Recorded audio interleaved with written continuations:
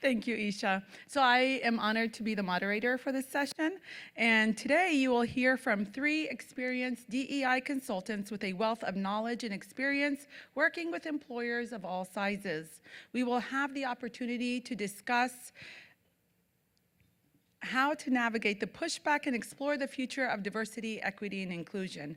As the need to attract and retain talent continues to rise, it is crucial to effectively address any pushback to fulfill our workforce needs while ensuring a safe environment for individuals from all backgrounds.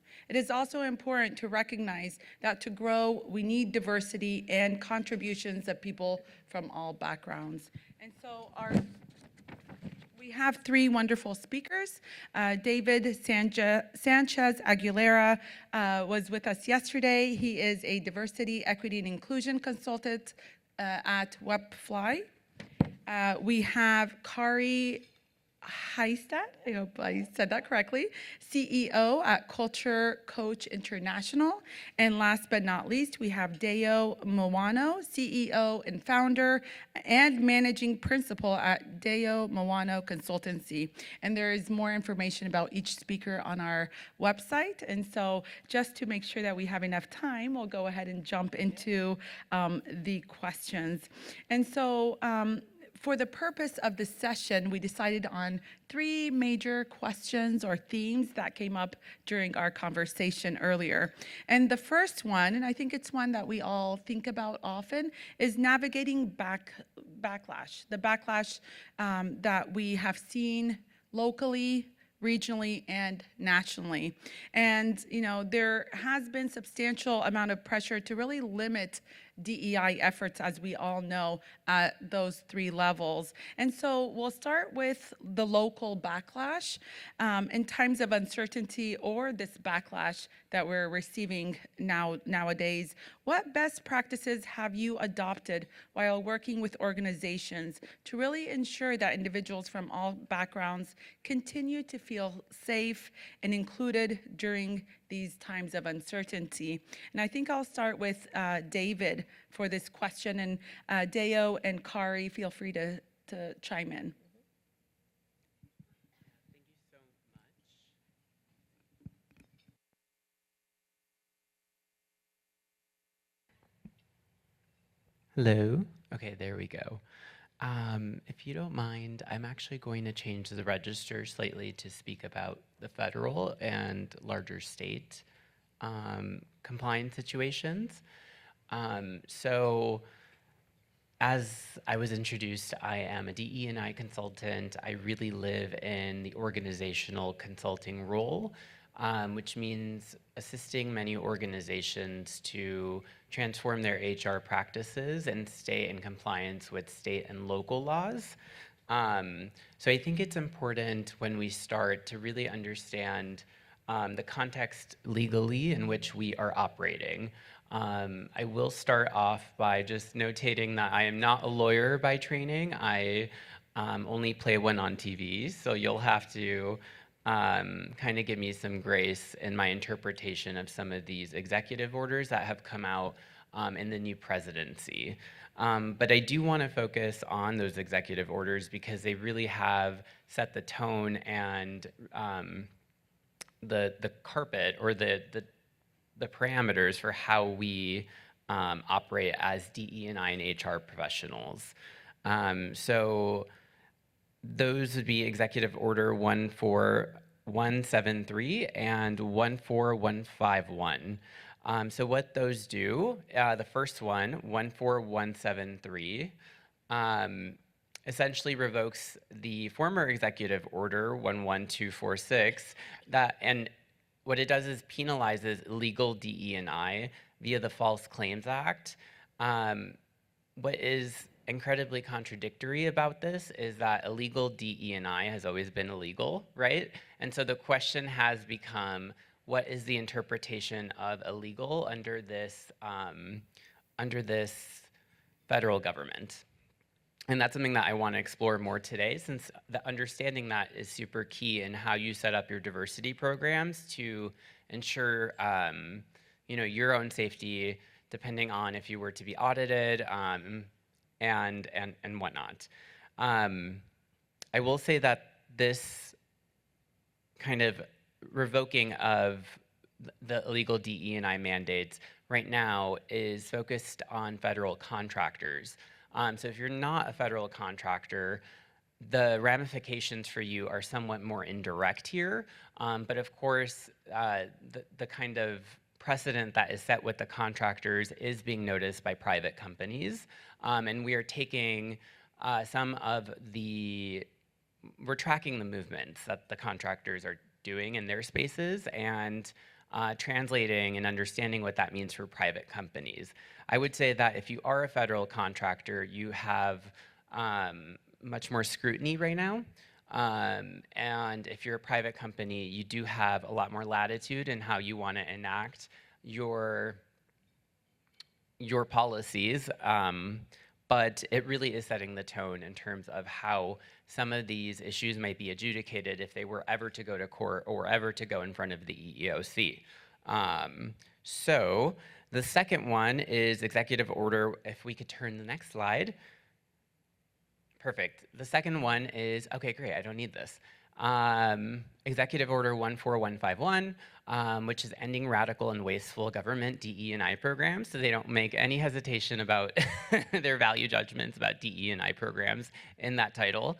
What it does is dismantle DE&I offices, equity action plans, and DE&I content in federal agencies. So if we can move on to the next slide. This also leaves us in a contradictory zone in terms of the OFCCP, which is the kind of office that oversees the contractors, the federal contractors. They have historically enforced Executive Order 11246, which is the affirmative action planning. So what has now happened is that the OFCCP has been stripped of some of its powers in terms of how it mandates or sets affirmative action programs. If not outright being told to stop, they've been asked to pause the ones that they currently do have. And I will put an asterisk there and say that there are certain kind of protected classes like disabilities and veteran status that are considered much safer options. So you could still, as a contractor, create an affirmative action plan that targets disability and veteran status, but those I would say would be the two that are considered safe. Anything regarding kind of race, gender, nationality really have a microscope under them. Perfect. So if we can go to the next slide. So as I am working with clients and as I am seeing what they are doing in terms of kind of making sure that their diversity programs, either that do exist, are compliant, or if they are interested in creating diversity programs, what I have counseled them to do, and this is actually something that is not necessarily new. We've seen in the case laws in the last 10 years that there has been certain courts and decisions where it has been determined that things like reverse racism are indeed, in terms of the law, considered to be accurate kind of claims to make. So there are instances that we've seen all over the country where you've seen people from a dominant group saying that they have been treated unfairly because of the environment that's been created internally. And so we have to be aware that that is a manner in which the courts are adjudicating those kind of cases they are hearing. And that doesn't just go for the majority group in terms of race, it also goes for the majority group in terms of sexuality. So we've seen cases where people that are heterosexual have sued and said that they have been discriminated against for not being of a different sexuality. So let's take a look at this. So all of this is kind of convoluted, right? So we have the Office of FCCP that is still kind of, it's being asked to kind of sunset its affirmative action programs. And then we still have the protection under the law of the Title VII. So how do we make sense of all of this? That they're coming for our diversity programs, but the executive orders themselves are not law. And it's sort of that quagmire and that contradiction that we as HR and diversity professionals are trying to navigate. So some of the guidance that has been set by the Society of Human Resources, so SHRM, are, regardless of your opinion of them, they have kind of come out with a structure that I think is safe in terms of how one can think about their diversity programs, which is to keep it universal but aware of power injustices. Bias interruption training is still kind of a safe option. Being transparent in your promotional ladders, still a safe option. So metrics focus on retention and process improvement, conversion rates to management. Tracking those are still considered safe. So I think what we're seeing is really a shift toward the structural and understanding where are the kind of negative employment and adverse experiences being taken, and then kind of addressing those in a more universalist way versus a very kind of targeted way that we've seen in the past. I think I've spoken for quite a while now, so I will pass it back. Thank you, David. And since we kind of did these backwards, I'll jump to Kari, and just to kind of get your thoughts on the shifts that you are observing when it comes to the backlash from a national perspective. So we have clients that range in size from 25 employees to tens of thousands of employees. So what we're seeing is a whole variety of things. I think we've got some slides that will come up for a couple talking points here for folks. When we look at this, if we can go to the next slide, I think there's a fine line that I find that executives are having to walk, which is how do we support the lived experience of our employees, which can be fraught with challenges and fear and all kinds of other things going on, at the same time navigating the balance of the business and what needs to get done. And so depending on the organization, they're walking that line and trying to find that balance point between how do we support employees and still get the work done that we need to get done. Some of them are doubling down.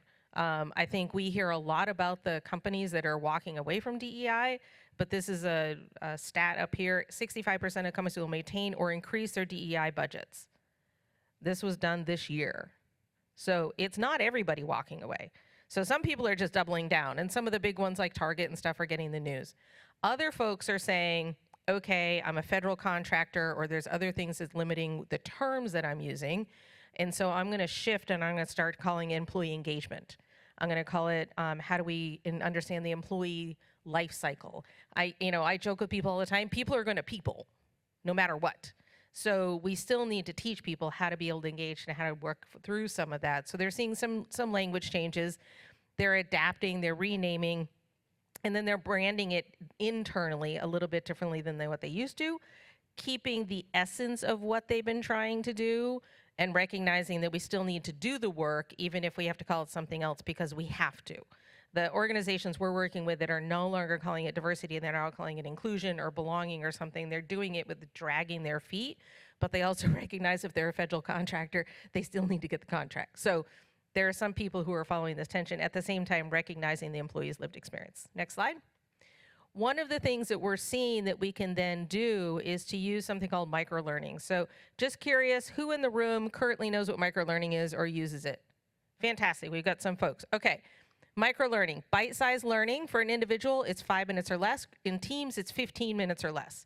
If we start focusing on these micro-learning elements, which we've done an awful lot with clients, to say, how do we do quick learning? It's A, responsive to your employees right now.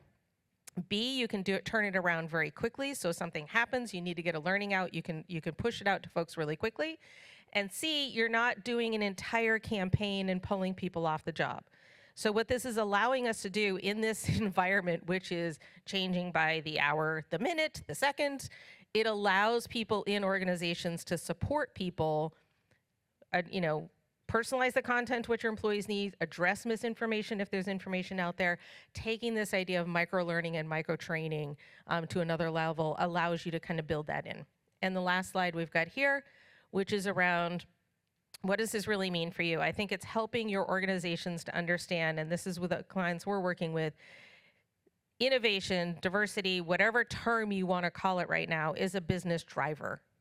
And what we need to do is to help leaders, as always, to understand why they should care. Now, in Maine, as we've been hearing all your speakers talk about, you don't have enough people. So you need more people to come, and people are not going to go work for organizations that have bad reputations, period. If you come to Maine, you've got a choice of jobs. There aren't enough jobs. There aren't enough people for the jobs. So if you don't want to be fighting for talent, why don't you attract the talent by just being a really good employer, right? Teachers, leaders, about empathy, about respect, about driving dignity, all of those pieces are basic human things about just being a good employer. Small actions matter. I know in the past we've been able to do big programs and big stuff and all that other type of stuff. We've heard earlier about partnerships. How do we show up? Everybody can show up and make small differences.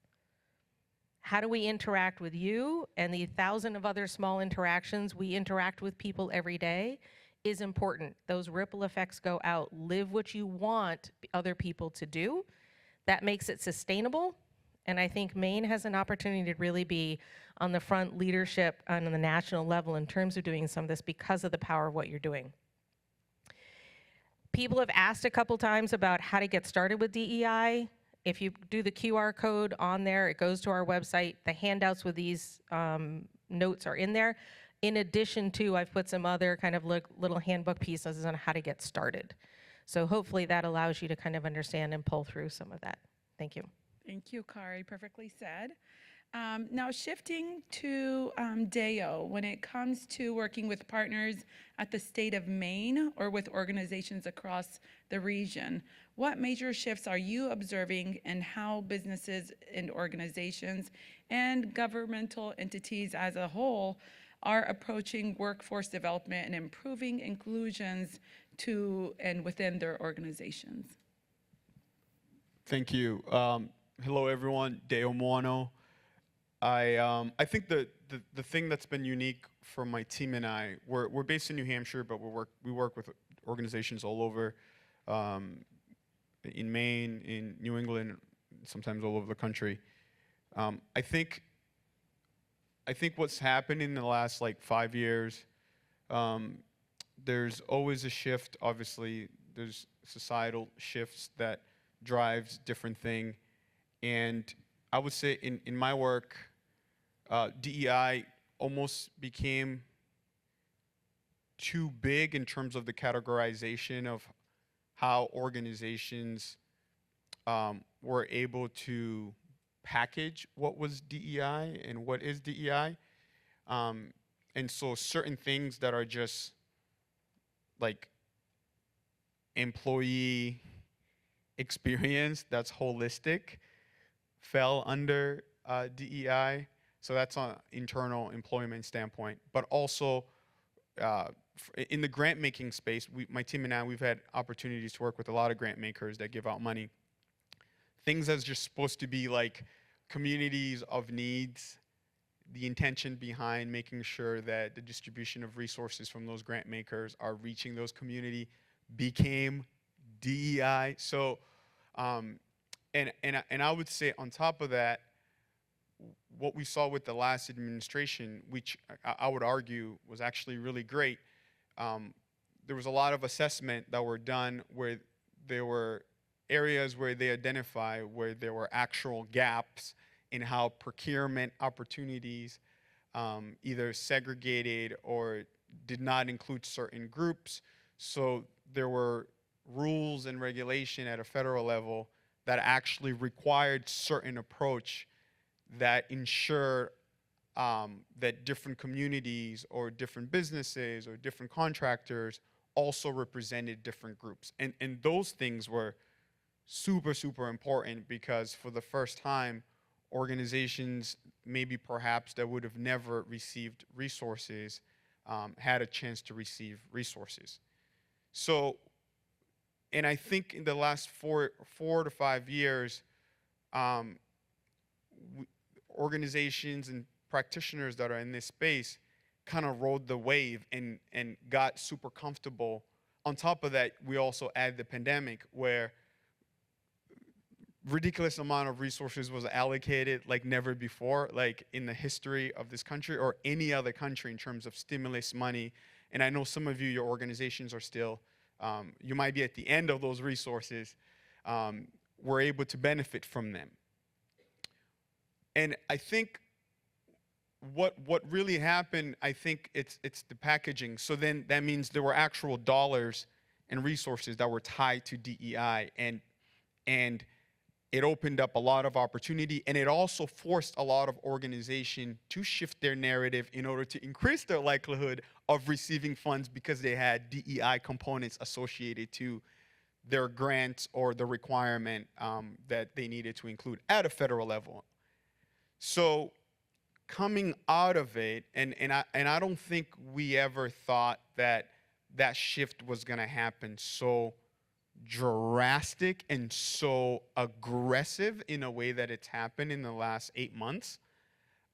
And because dollars are attached and some organizations are tied to those dollars, and they were still independently in their own journey of figuring out what it actually meant to run successful DEI initiative within their organization that actually focused on marginalized groups. They were still in that journey, but they might have reaped the benefit of maybe submitting a good grant or positioning themselves or getting the right PR or the right marketing stuff. But the work itself was still evolving, and all of a sudden the shift happens. And when the shift happens, if it was business priority or revenue impacted, many of the organization reverted back because they wanted to ensure that their business priority still worked and flowed.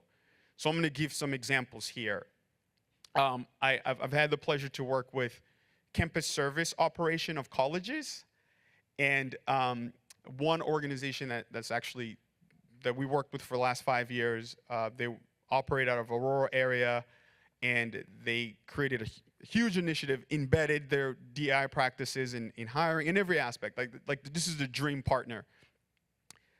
They did a convening in January with a bunch of Ivy League campus services operations from all over the country prior to the change of power. And in the conversations, these Ivy League schools were from all over the country, and they were talking about what they're scared of based on what they experienced in the previous administration, where they felt targeted, their institutions felt targeted. And we created a strategy of how they can navigate it. And once the changes happened, the worst of the worst that they feared actually occurred, like at the highest level, in terms of their institutions getting research money frozen, and a lot of the research money that comes in at university, it doesn't just go to research, because there's line items that those resources get trickled down to operation as well. So a lot of them found themselves having to either cut positions and reallocating resources.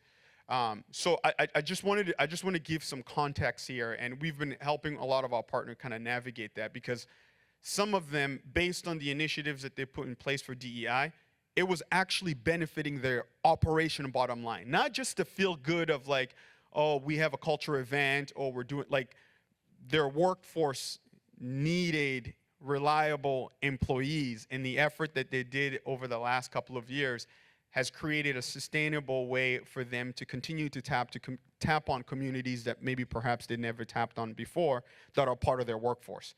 So from a business standpoint, they needed to continue to do the work, or else their workforce will be jeopardized. So that was more on the wording side. So there's a lot of scanning through their websites, having to take different words out and changing different things.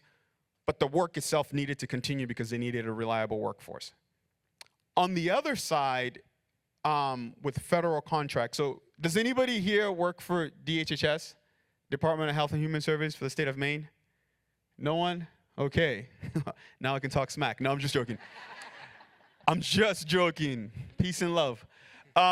So about a year and a half ago, my team and I, we got a contract to work with the Department of Health and Human Services across all their teams and all their departments. And part of the job was to be able to assess what have they done in relation to their 5-year DEI strategic plan in order to see where they were along and where there was areas for improvement, where they needed to fix certain stuff.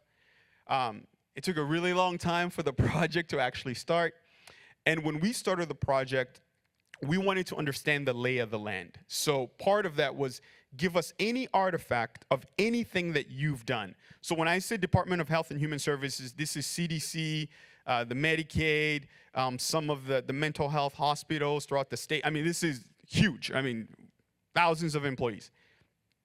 And when we started to assess where all of these different teams were independently, but also collectively, what we noticed was the DEI statements and outcomes, where there were opportunities for those things to be embedded into actual practices, that's where folks struggle. And I'm sure a lot of you can relate to this in some of your organizational partners that you've worked with. It was much easier to do certain things versus other things, like actually, like, for example, there's a lot of data set that you would think DHHS takes from community members, participants, but some of those data sets were not being assessed based on demographic of the people that they were serving. So some of those data just sat somewhere, and they never got analyzed for that reason. And then there were other things that were happening in terms on the recruitment side. So our goal was just to assess, to understand the lay of the land. And what I found very interesting, and this is not just unique to DHHS, this is also with other partners we work with, it's so much harder to embed some of these outcomes into a practice standpoint, because what it does is it opens up a can of worms. Because if you do find that there are loopholes that maybe shows preferences of your organization or even systemic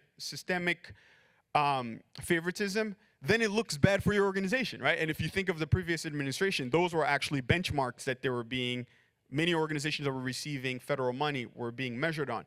So many organizations prior to the current administration didn't want to go that far with their DEI effort. But it was so much easier to do like a lunch or an activity or a calendar. But the real work was really in the data itself and assessing what the data is saying about the reality.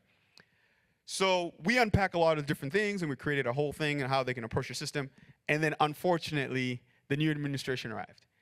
And the hard part was we got to a really awesome place, because my team and I, we never work from an assumption standpoint. Like, we want to understand first.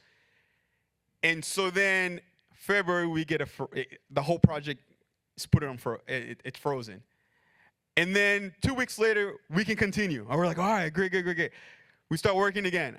A week and a half later, it's frozen. So this went on about 5 different times where it was good to go, stop, good to go, stop, good to go, stop. And I tell this story not to put on, and it's not DHHS's fault at all. It's just to show the landscape of how some of these resources that were allocated for organization, department, and teams to do the work authentically. One last story. There's a consortium in New Hampshire called the Regional Valley Consortium. This is regenerative medicine is a big thing that's happening around the Manchester area, New Hampshire area, where Dean Kamen, he's an inventor who started the Segway, and he's received over $500 million from the federal government to create this industry where they're doing regenerative medicine, like hearts and whatever. So in one of the requirements for this grant they received, it was $150 million, maybe $200 million. And there was a component to the grant that required to do an equity transportation assessment, because the goal was, as these industries are growing, that they can create also occupations where underserved population can also be tapped into those occupations. So as the industry grows, there's a variety of different demographics that are also entering this field. So they had to show in their application that they were going to do things in an equitable way that looked at all organizations.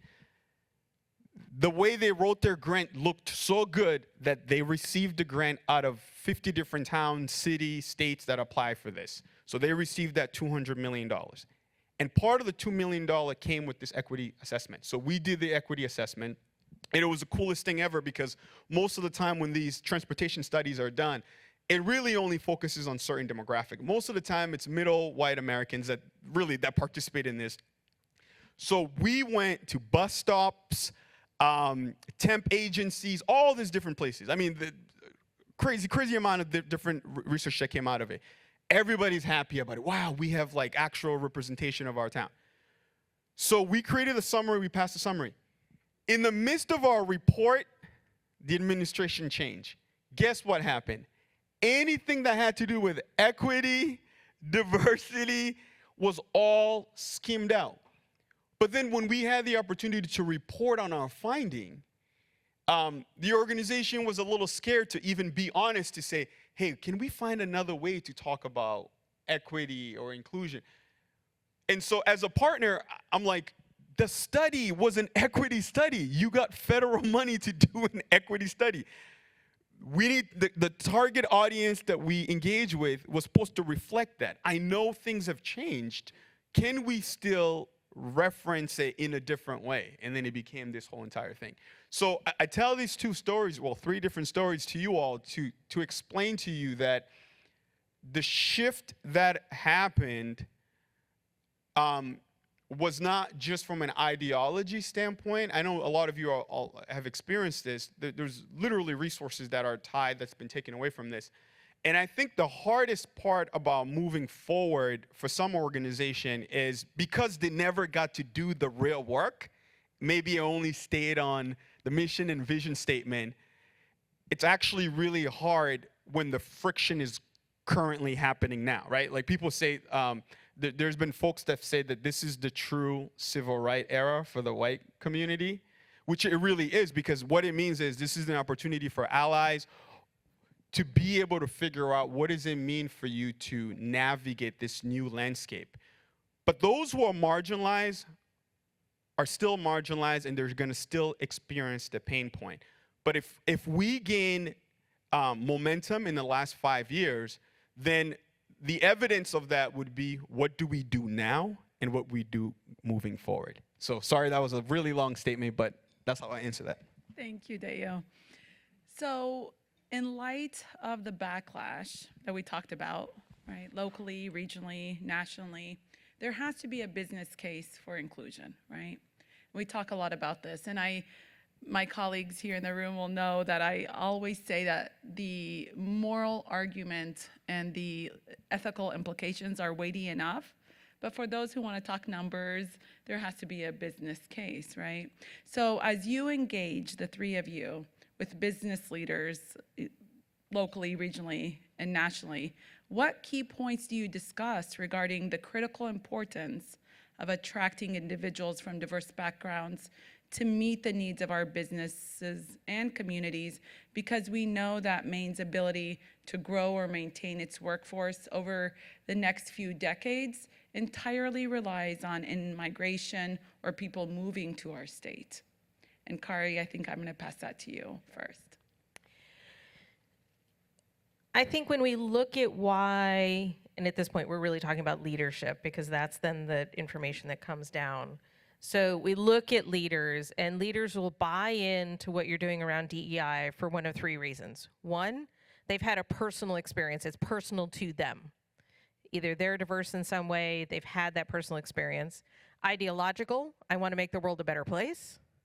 Or because the numbers are going to tell a story. I think for those of us who are passionate about this topic, we've either lived it, we are it, or we're passionate about it. And we tend to sell our senior leaders from those two perspectives. Most of our senior leaders, at least the ones I've experienced, need number three.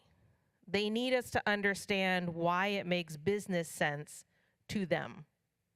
And so as opposed to going to them and saying, this is how we're going to help you, here's what we're going to do, if you turn around and say, hey, business leader, what's a business problem that keeps you up at night?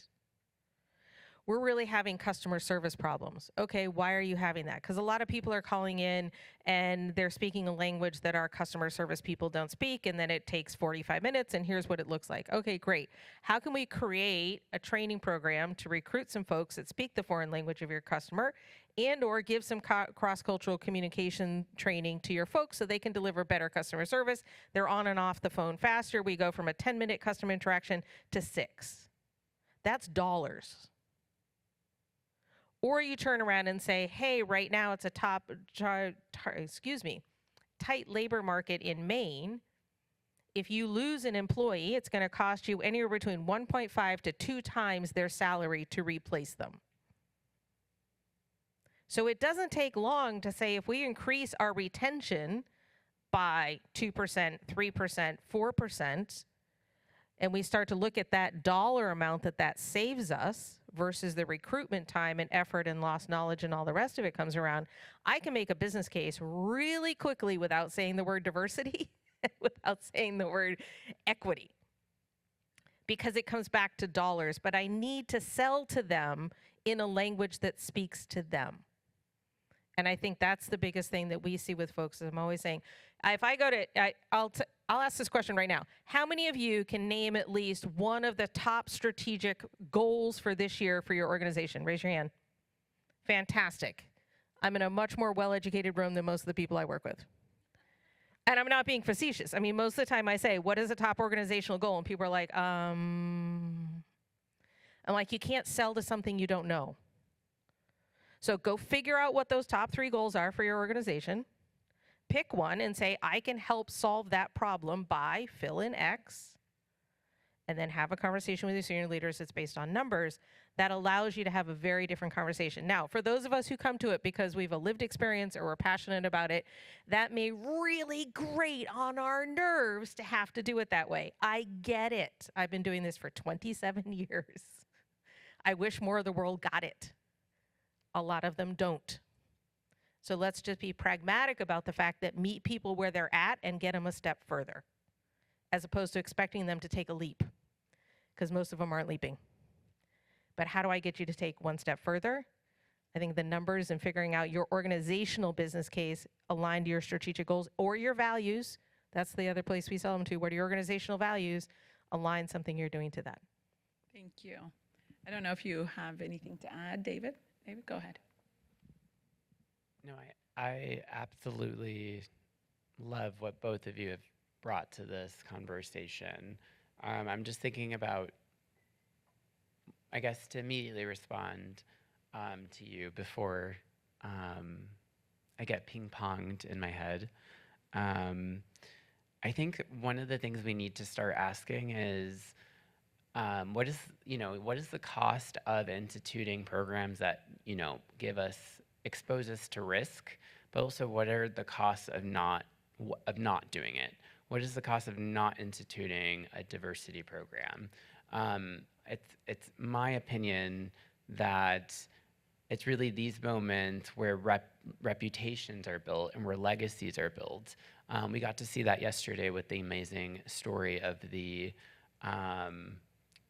bank, and yes, thank you. And that was such a beautiful example of where this kind of appetite for risk and the unknown is going to pay off in dividends. And so when I am working with clients, I really like to help them understand where are their different kind of revenue streams coming from, what kind of funding, and kind of where's the revenue coming from? Where are their daily operating costs coming from to stay functional?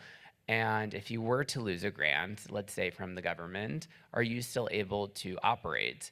And so it's those kinds of questions in terms of having them think about, if I were to lose this grant, how would I operate? If I were to take this blow, how would I operate? And planning for the future, that is so important. And then you were kind of talking about values. And actually, I was thinking about values too. So if you don't mind maybe going to my presentation again. In the second half, I have a starter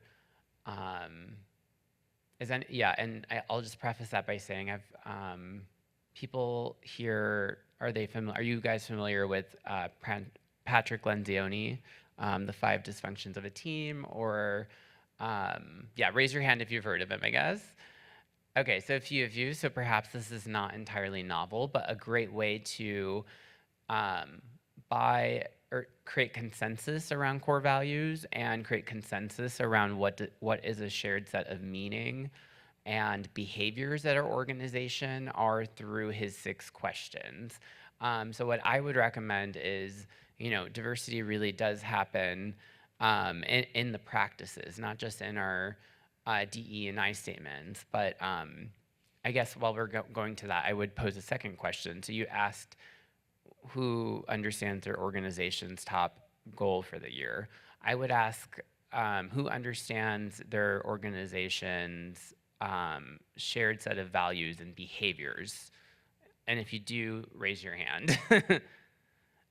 It's a slightly smaller amount. So it's maybe one of those items that needs a bit of additional clarity because I think it's so related to the business goal. So those questions would be, why do we exist? How do we behave? So yeah, the why do we exist is on what is our core purpose? How do we behave?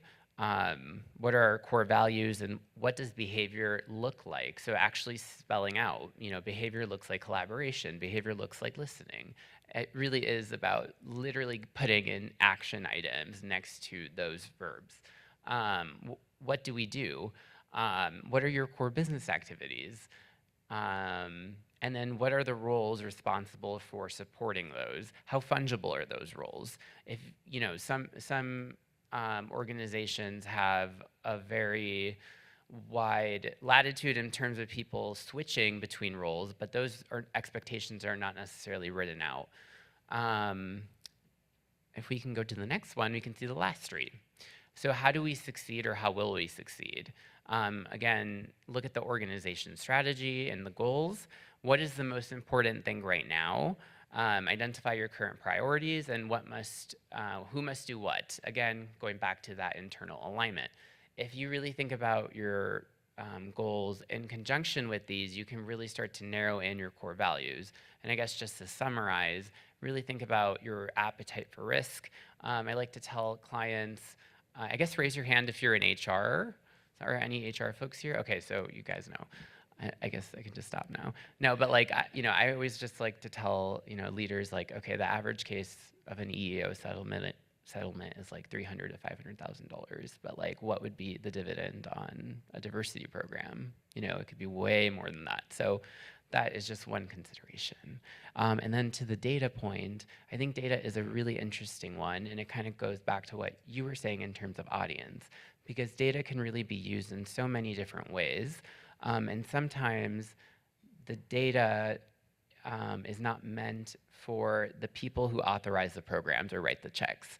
Sometimes the data is meant for the stakeholders who have the lived experience, and sometimes it's meant for the leaders that want to see that bottom line impact. And so getting, I guess, used to not conflating the two and being okay if sometimes a program is meant for you or it is not meant for you.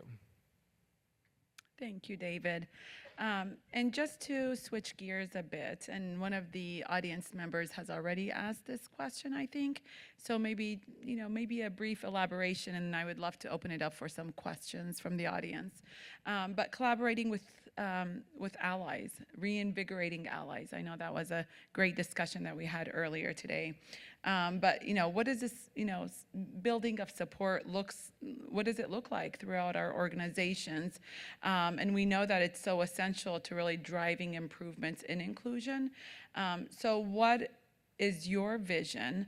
And really kind of sharing it with your organizational leaders, senior leadership, when it comes to improving inclusion, and how are you working to reinvigorate allies? I don't know who wants to take that one. Deo? Yeah, so I'm going to answer this and kind of piggyback a little bit on the last question too.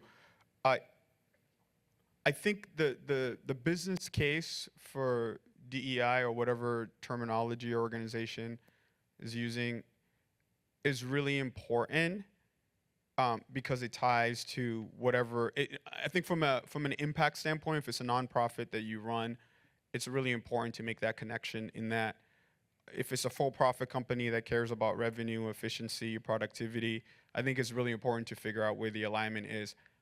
But I said this in my earlier statement, and the bucketing of DEI being everything, all thing, is where the discrepancy happens, because those who are marginalized are usually the ones that are underrepresented at times.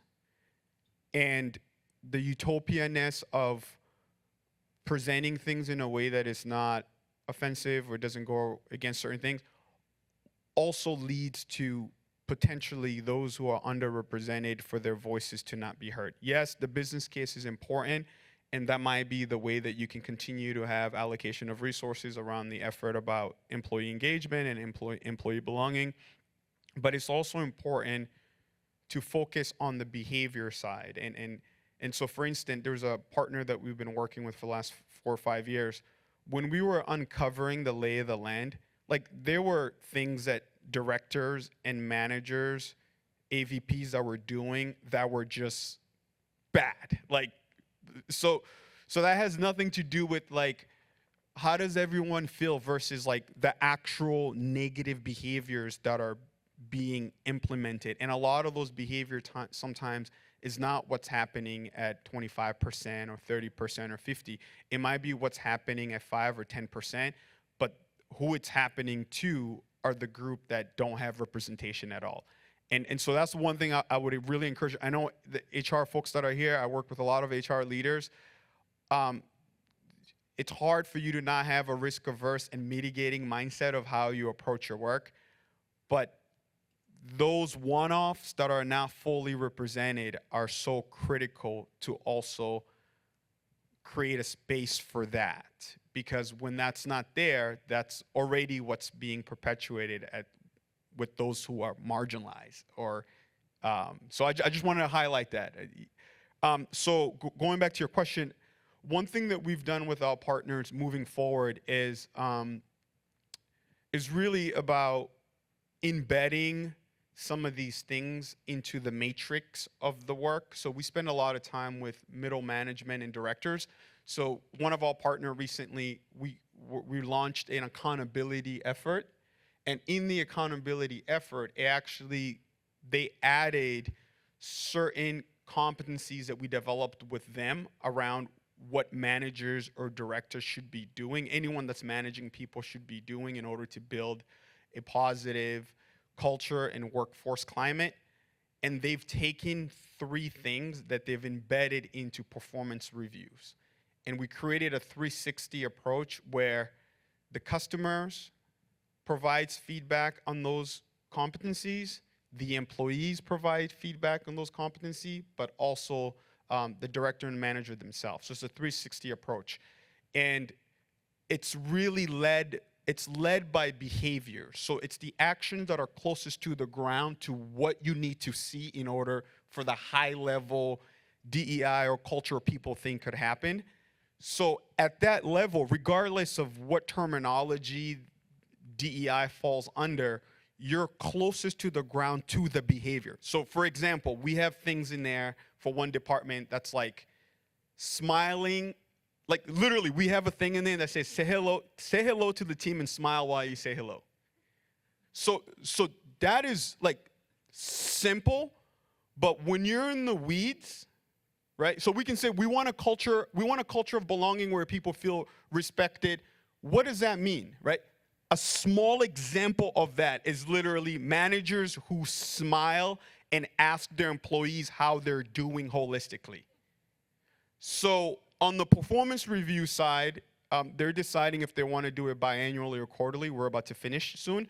But they're going to ask the employees when they're giving feedback about their director and manager if the managers have been smiling and asking employees of how they're doing. I know this is simple, and this is the culture when we started 5 years ago, when we were asking employees, what do you want from your managers and directors? They said, we want them to shake our hand and say thank you. I think it's really important to go from the macro to the micro. What does your organization and your people need? And you can do that on the client side too. This is something that when we started working with DHHS, we were talking to them about, like, what does how do you know if you're reaching your customer's need? Do you have a post-phone call survey or questions that at real times they can give you feedback that if they felt heard, they felt listened to, they didn't feel rushed? Like, simple, tangible competencies that are behavior related that you can measure in order to tie it back to the overarching. So those are the type of stuff we've been doing, and I feel like that's sustainable versus like abstract goals that sounds great, but you might not be, like a simple thing is like, if 70% of the employees, they say, in the last 2 months or 3 months, the manager hasn't been smiling, like regardless of how well intended that manager or director felt, like the team is saying you don't smile in meetings. Like, so anyways, I know that was a little too much, but I just wanted to go, and then over time, as you're tracking, if it's a team of 1,000, 2,000, 5,000, even 300, you can track that data point along the way in order to figure out what are the behavior and actions that you believe that your culture needs to display, your leaders need to show. And so that's where we've been with a lot of our partners, and we feel like that can build momentum. And then over time, as new things gets introduced that employees are naming are not good, they can create more goal action competencies that relates to it. And if there's things that they're doing that are well, they need to continue to maintain, then they can maintain it. Sorry for that was a long answer. Yeah. So, and I've been told we have 5 minutes. Okay. So please keep it short so we can take a question or two. So I'll just say, and if you really want to amplify that, take your organizational goals, take your values that align to it, take the specific behaviors, align them to specific values. One of our values is be respectful. I really don't like that value because I have no idea what the hell that means. What does it mean for you? What does respectful look like? Get to that level. Because when you start to get to that level, when we work with folks, what does respect look like? In this case, for them, it's smiling, right? So big picture, values, behaviors, be specific. Thank you. David. Okay, one more, quick. I just want to, first of all, brilliant, love it. I want to just say, if you have BRGs or ERGs, do you guys have BRGs or ERGs? Raise your hand if you do. Okay, only a few. But please, yeah, employee resource groups, thank you. If you have affinity groups, please train your BRG leads, because that will lower your risk of an exposure. So simple things like training them on what are interview questions you can ask, what are the federal laws, et cetera. It also lubricates the wheels in terms of their expectations between the workforce and what the managers are able to do. Because sometimes there is a disconnect in their heads about what the managers can do, and they think they can wave a wand, but sometimes they cannot. Lastly, is the DE&I effort coming from the ground? Is it a groundswell in your organization, or is it coming from the top? And that also informs the strategies you take and the coalitional building that you that kind of is involved. So yeah, just quick points. Super helpful, thank you. A question or two from the audience? I saw so many hands go up at the same time. Thank you. Let's do that again. Okay, I see a hand here, there. Did I see a hand this side too? Okay. Just one quick question about, so when we talk about diversity and equity and inclusion, it's more ideological, and I just want to ask you, as you've been consulting with so many agencies and companies, how many agencies do you've seen that really look into the policy level and looking if the policies they have or the training materials are adaptable to the, the group of people they're trying to include? Because my experience is that we have this very complex and sophisticated policies, and that some people do not understand at all. And what I've done in my agency is that we've gone through all those policies and just look and see if there even people can comprehend them or can access them. How many agencies or organizations you've seen that are really diving into policies, diving into the training materials, and trying to adapt them to the population they're trying to include or having them belong? I'll say the ones that are truly passionate about the work. I think what we're seeing now is the people that were doing this work because it was the politically correct thing to do have stopped doing it. The people who are doing the work because it's the good thing for their organization and they feel it's the right thing to do are still doing the work, and that means eventually they've got to get into the weeds of what does this really mean, and if they're willing to kind of roll up their sleeves and make that happen. I would say, for doing this work for a very long time, I think an organization, there's always room for improvement at every level of touch points of your organization. And so I work with a lot of employers that have a union structure. And so when we're unpacking where the touch points are that might be most frictional or less frictional, we come across a lot of misinterpretation and also assumptions. And so anytime we identify an area where the word on the street from the employees might not be what the truth is or what a policy was, we educate the employer to find ways to best inform the employees of what their rights are. And so there's been times where the union structure is actually what's causing the problem, where in terms of hiring, promotion, we've had some partners where instead of creating promotional opportunity internally, they rather go outside. And sometimes the outside candidate is actually worse than the candidate they have internal, but they don't want to deal with the favoritism based on the union structure. So there's times when we're unpacking things where we find that it's more of an HR thing, or it's more of a policy thing, or it's more of a hiring thing. And I think the organizations that we find most successful are the ones that have the most vulnerability in understanding that there's always room for growth and room for improvement. And I think getting them into that mindset to understand that their organization is a living, breathing thing, that regardless if what the employees are interpreting is not true, it's still the employee's perception, and vice versa. So I would say it's really, in our approach, that those are the things that we like to really ground our partners on, and understanding all the moving parts of their organizations that's impacting their employees positively or negatively, and then what they need to do about it. But I come across policy interpretation or policy intent that actually is creating the dissatisfaction on the employees very often. And then they have to come up with, hopefully they have some resources for learning and development in order to find ways to interpret or use language that's easier, accessible. We recommend a lot of videos at times. People understand stuff much easier sometimes from a video description or a video interpretation than it might be on a written form. So those are the different things that we've done. I don't think I have anything to add except maybe considering language. If there are language issues, just making sure you have a translator. I would say it depends on the policy as well. If it's a procedural policy that you need to keep your operation running because you're checked by the government, that's very different from having a DE&I policy that is meant to support your employees. I feel like the latter should be pretty simple, and if you have an issue with the latter, maybe reconsider and ask your employees why they're having issues, and consider re-engineering.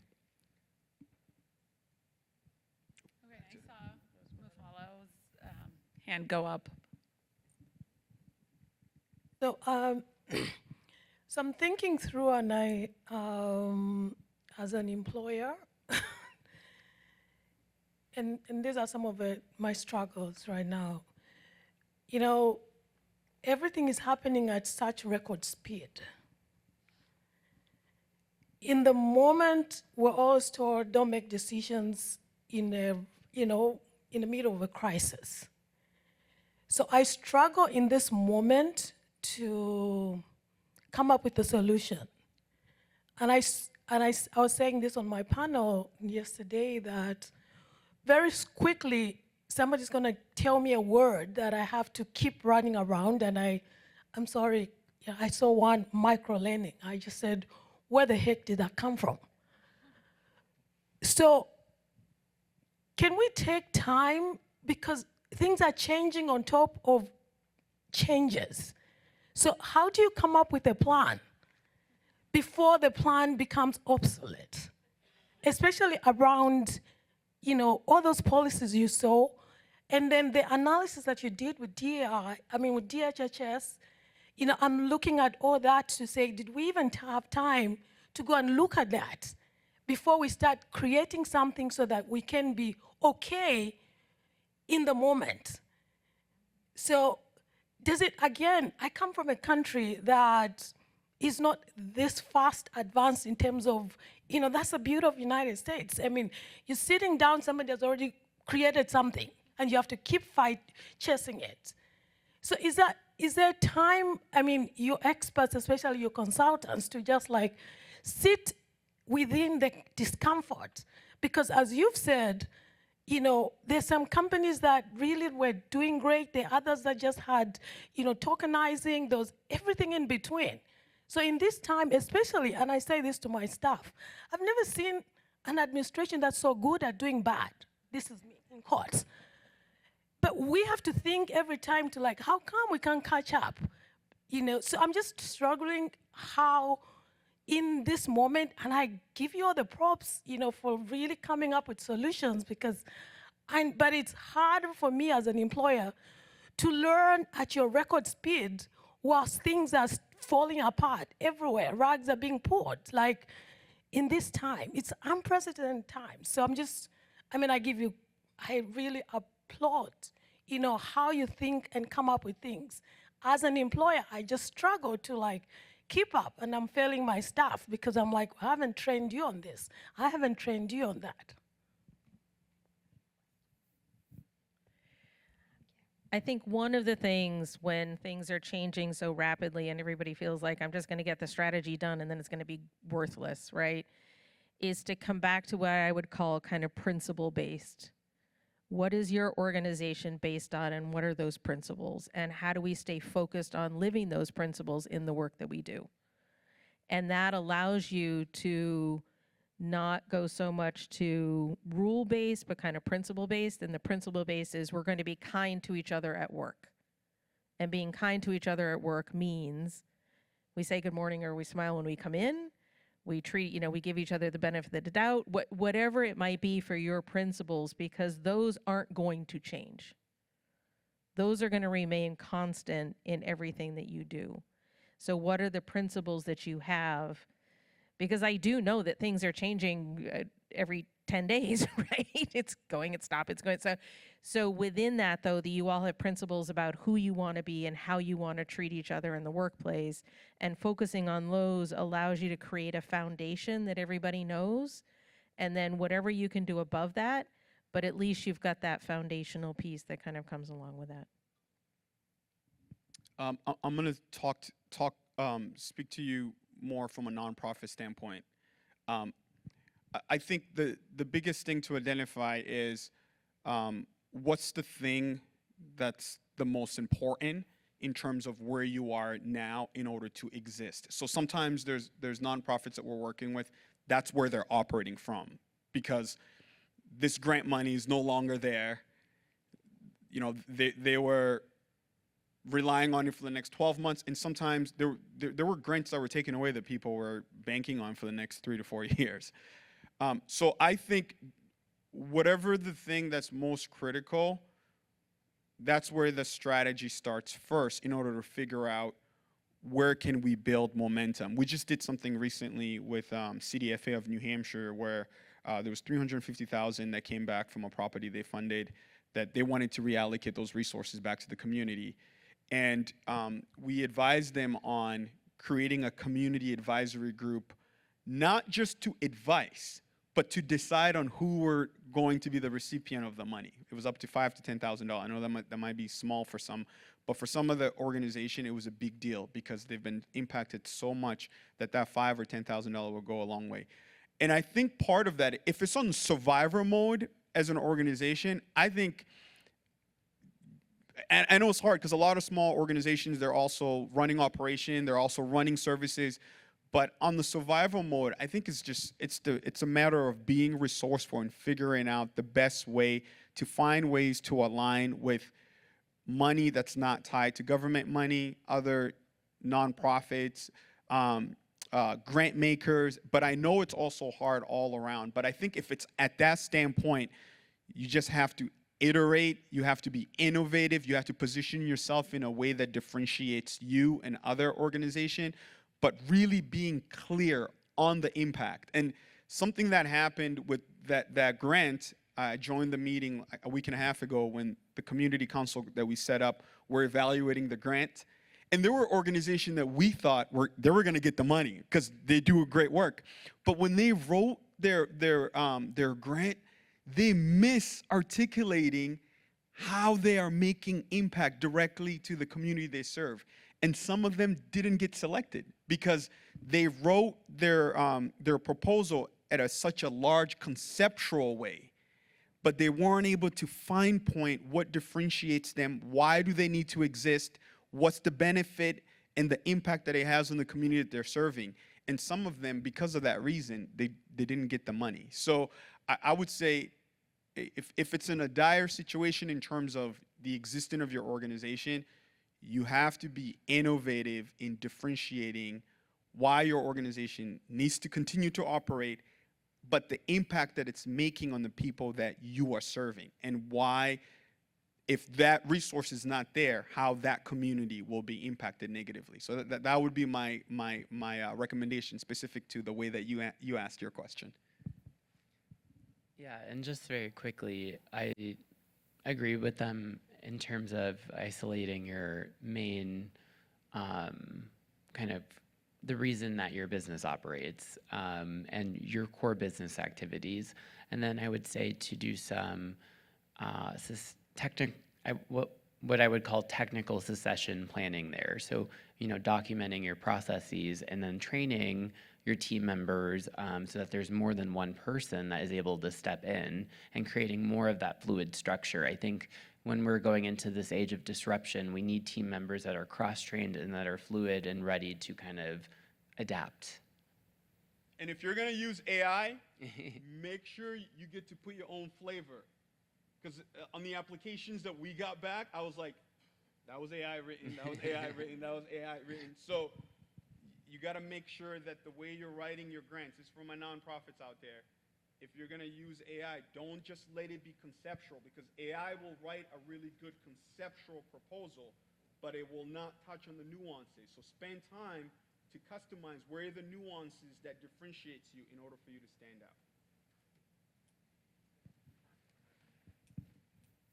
We are out of time, but thank you so much to our wonderful panelists, David, Deo, and Kari. We appreciate you so much and your expertise. We can be here all day, I think, just talking about this. So thank you again. Round of applause for our wonderful panelists. If anybody's specifically focused on metrics, let me know. I brought a couple of pocket guides on diversity metrics, so if you're specifically looking at that, let me know.